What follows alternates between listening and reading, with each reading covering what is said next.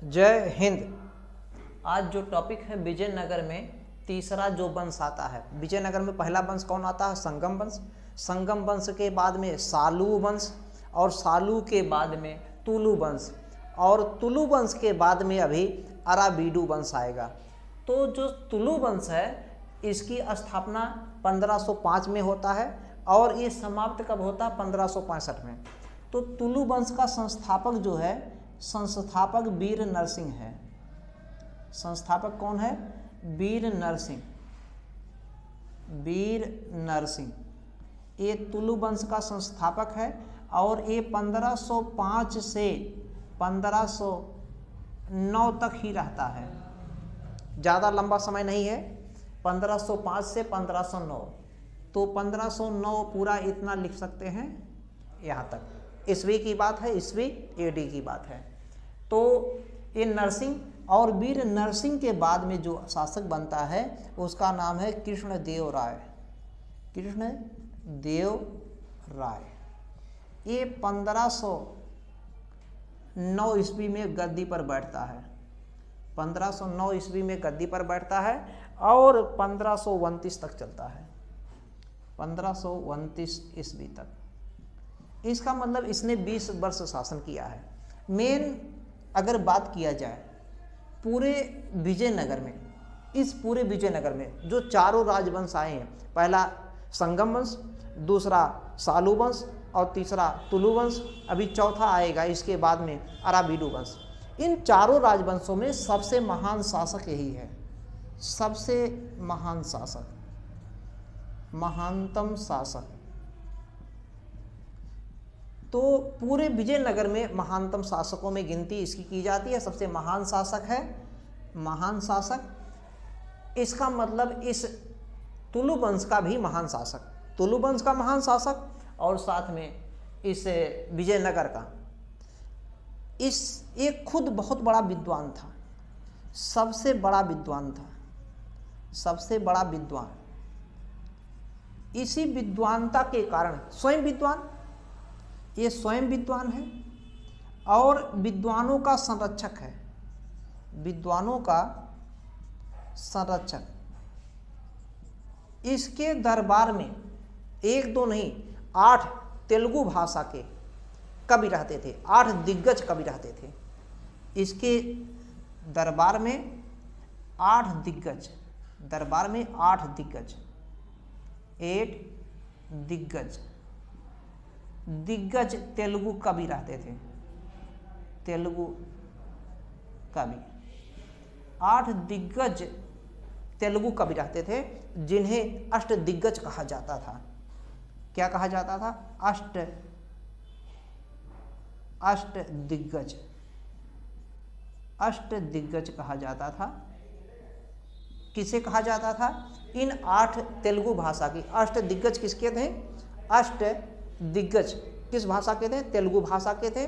इसी के दरबार में इन 8 दिग्गजों में अगर जो सबसे ज़्यादा महान था, जो सबसे ज़्यादा प्रसिद्ध था, जो सबसे ऊपर श्रेष्ठ थे, इनका नाम अगर देखेंगे तो इनका नाम है क्या नाम है? अलसानी पेद्दाना। इन दिग्गजों में जो सबसे प्रमुख था, सबसे प्रमुख है अलसानी पेद्दाना। अलसानी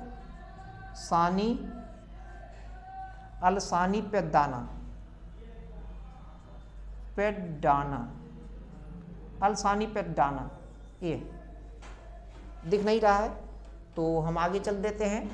तो यहाँ तक समझ में आ गया होगा कि कृष्णदेव राय जो है पूरे विजयनगर का सबसे महान शासक है, सबसे महान शासक, और स्वयं विद्वान था, विद्वानों का संरक्षक भी था। और इसके दरबार में 8 दिग्गज तेलुगु कवि रहते थे जिन्हें अष्ट दिग्गज कहा जाता था। ये जो अष्ट दिग्गज की अगर बात करें, यहाँ से हटा दिया जाए, इन अष्ट दिग्गजों में जो सबसे प्रमुख रहता था इसको कहते थे, इसका नाम था अलसानी पेद्दाना। पेद्दाना ये सबसे प्रमुख व्यक्ति था। इन 8 दिग्गजों में सबसे प्रमुख, सबसे प्रमुख 8 दिग्गजों में। और स्वयं ये जो कृष्णदेव राय है स्वयं विद्वान, इन्होंने स्वयं तेलुगु भाषा में एक ग्रंथ लिखा है जिसका नाम है आमुक्त मालयद। आमुक्त मालयद ये किस भाषा में लिखा है? तेलुगु भाषा में। ये स्वयं लिखा है। ये किस चीज़ पर लिखा गया है?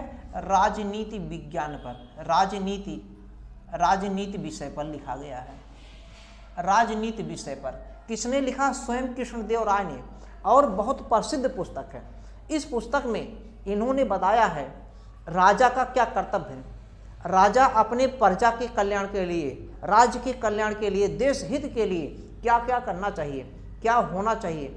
राजा के सभी कर्तव्यनिष्ठ कार्यों को, कर्तव्यपरायण कार्यों को इस सुल्तान ने, इस राजा ने, यानी कि कृष्णदेव राय ने, यहाँ पे सुल्तान पद नहीं रहेगा क्योंकि ये दक्षिण भारत में है विजयनगर, तो विजयनगर में यहाँ पे राजा है, हिंदू राज्य है। तो आमुक्त मालयद जैसे ग्रंथ की रचना किसने किया है? तेलुगु भाषा में किया गया। कृष्णदेव राय विजयनगर का सबसे महान शासक है, सबसे प्रसिद्ध शासक, सबसे प्रतापी शासक, और ये कला एवं संस्कृत का सबसे बड़ा संरक्षक, कला एवं संस्कृत का स्वयं लिखे हैं। और इनके समय में आर्थिक इन्होंने विट्ठल स्वामी का मंदिर निर्माण कराया। इसके साथ में और कई मंदिर। अब मंदिरों पर अगर हम चर्चा करते हैं, यहाँ तक हटा दिया जाए, स्क्रीनशॉट लीजिए, मिटा देते हैं, डिलीट कर दिया जाए भैया। तो इसके साथ में कृष्णदेव राय की अगर बात करें तो कृष्णदेव राय ने किन मंदिरों का निर्माण कराया? तो अभी हमने बताया कि ये कला के बहुत बड़े संरक्षक हैं। तो मंदिर में अगर देखेंगे विट्ठल स्वामी का मंदिर पहले नंबर पे, दूसरे नंबर पे हजारा मंदिर, एक दो नहीं, विट्ठल स्वामी का मंदिर, हजारा मंदिर के साथ साथ में अगर चिदम्बरम मंदिर की बात करेंगे, चिदम्बरम मंदिर ये मुख्य मंदिर है। विट्ठल स्वामी का मंदिर बनवाया, हजारा मंदिर बनवाया, चिदम्बरम मंदिर। इसके साथ साथ में कई नगर भी बसाए। इस नगर की अगर बात करें, नगर स्थापित किया इन्होंने। इनकी पत्नी जो थी, उनकी पत्नी का मृत्यु हो गया। अपनी पत्नी के मृत्यु की याद में एक नगर जो है हासपेट, ये प्रसिद्ध है। हासपेट नगर ये पत्नी की याद में, अपनी पत्नी की याद में इसे बनाया। इसके साथ में अगर बात किया जाए, क्या नाम है, नागलपुर को भी बसाया है। तो ऐसे कई हैं। तो कुल मिला के हजारा मंदिर विजयनगर में, चिदम्बरम मंदिर है, विट्ठल स्वामी मंदिर है। और इनकी राजधानी कहाँ पर है? अभी हम्पी विजयनगर में ही है। अगर बात करें दक्षिण भारत के में ये, तो एक कृष्णा नदी है। कृष्णा नदी के पूरा का पूरा दक्षिण, सुदूर दक्षिण जो पांड्य राज्य था वो भी अब इसी में शामिल है। तो यहाँ पे ये है विजयनगर, जिसका अब नाम है हम्पी। यही राजधानी था, यहीं पर ज़्यादातर मंदिर बने हैं हम्पी में। तो एक ओवरऑल हो गया प्री के लिहाज से। मेंस में भी इससे ज़्यादा आने का कोई संभावना नहीं। टू दी पॉइंट जब मैटर रहेगा, फैक्ट रहेगा, तथ्य रहेगा, तो भी आप लिख सकते हैं। कॉन्सेप्ट क्लियर रहेगा तभी लिख सकते हैं, नहीं तो नहीं लिख पाएंगे। क्लियर हो गया? प्रत्येक एग्जाम में, सिविल के साथ साथ हर एग्जाम में आप कर सकते हैं। वीडियो को लाइक करिए, शेयर करिए, सब्सक्राइब करिए। धन्यवाद। यहाँ तक तो समझ में आ गया होगा। अब इसके बाद में अगर हम बात करते हैं इस कृष्णदेव राय जो हैं, कृष्णदेव राय काफ़ी ज़्यादा विजयनगर में अगर बात करते हैं, कृष्णदेव राय ये राय किस वंश के हैं? कृष्णदेव राय ये तुलु वंश के हैं। तुलु वंश से संबंधित हैं। तो इनकी बात करें, बहुत ज़्यादा महानता के काम करने के कारण, बहुत अच्छे कार्य करने के कारण इन्हें जो है कई नाम से जाना जाता है। प्रसिद्ध नाम में अगर बात किया जाए, इनके उपनाम कहिए या उपाधि कहिए, तो इन्हें आंध्र भोज के नाम से जाना जाता है। आंध्र भोज, आंध्र भोज के नाम से जाना जाता है। और किस नाम से जाना जाता? अभिनव भोज, अभिनव भोज के नाम से जाना जाता है। आंध्र पिता के नाम से, आंध्र पितामह के नाम से जाना जाता है। आंध्र पितामह के नाम से जाना जाता है, आंध्र भोज के नाम से जाना जाता है, अभिनव भोज के नाम से जाना जाता है। और अगर बात करते हैं क्या नाम इनको,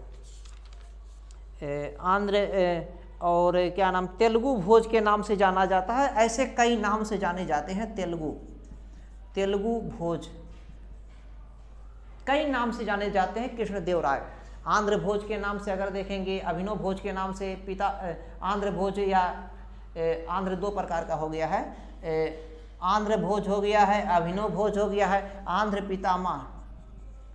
पितामह के नाम से, तेलुगु भोज के नाम से। और अगर बात करेंगे यवन राज्य स्थापनाचार्य, यवन राज्य स्थापनाचार्य के भी नाम से जाने जाते हैं। यवन राज्य स्थापनाचार्य के नाम से भी जाने जाते हैं, लेकिन ये ज़्यादा इम्पोर्टेंट है। आंध्र भोज के नाम से किसे जाना जाता है, अभिनव भोज के नाम से या तेलुगु भोज के नाम से, आंध्र पितामह के नाम से किसे जाना जाता है? तो उत्तर हो जाएगा आपका कृष्णदेव राय, जो तुलु वंश के हैं, सबसे प्रतापी शासक हैं। इनका ये जो हमने डेट बताया 1509 में आते हैं और 1529 तक आते हैं। ये डेट याद नहीं करना है, केवल कॉपी में लिख लीजिए, समझने के लायक है। विट्ठल स्वामी का मंदिर बनाया, हजारा मंदिर बनाया और चिदम्बरम का मंदिर बनाया। तो कई कार्य किए हैं, एक दो नहीं। अपने पत्नी के मृत्यु के बाद में उनकी याद में जो है नगर भी बसाए हैं, है ना। तो कई चीज़ें इसमें हैं। तो वीडियो को एक बार फिर से बोलते हैं, लाइक करिए, शेयर करिए, सब्सक्राइब करिए। धन्यवाद।